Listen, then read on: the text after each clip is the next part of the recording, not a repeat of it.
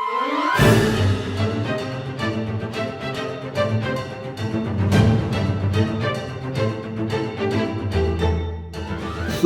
જિલ્લાના ચોટીલા અને સાયલા તાલુકાના છેવાડાના ડુંગરાળ વિસ્તારમાં ગેરકાયદેસર ગાંજાનું વાવેતર અવારનવાર ઝડપાયું છે।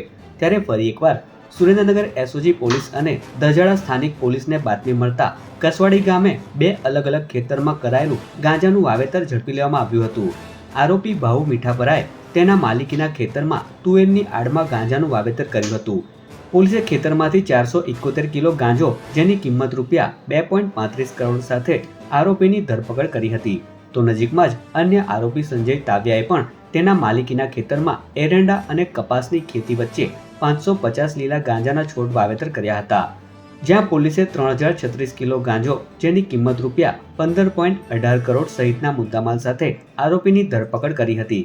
આમ એક જ દિવસમાં પોલીસે બે અલગ અલગ ખેતરમાંથી ₹18 કરોડનો લીલો ગાંજો જપ્ત કરી આગળની કાર્યવાહી હાથ ધરી છે।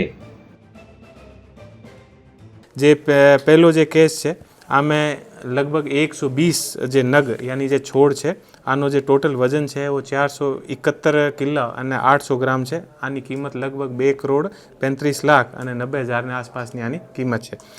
જે ખેતર જે છે આ ખેતર આપણે કસવાડી જે ગામ છે ત્યાં મળ્યો છે અને આમાં જે મુખ્ય આરોપી છે આનું નામ છે ભાઉભાઈ રવજીભાઈ મીઠાપરા અને આના જે જે ખેતર છે આને અંદર જે તુવરની જે ફસલનો વાવેતર કરેલ હતો અને આ તુવરની ફસલને અંદર એ મોટા છોડ જે છે મળ્યા છે।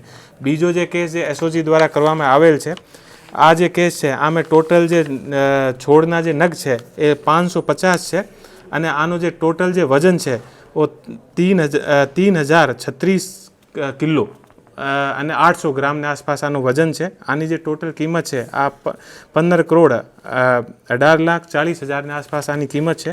બંને જે કેસ છે આની ટોટલ જે કિંમત છે આ લગભગ 18 કરોડની આસપાસની આની જે કિંમત છે। બીજો જે કેસ છે ઓ પણ કસવાલી ગામના ખેતની સીમને અંદર થયો છે।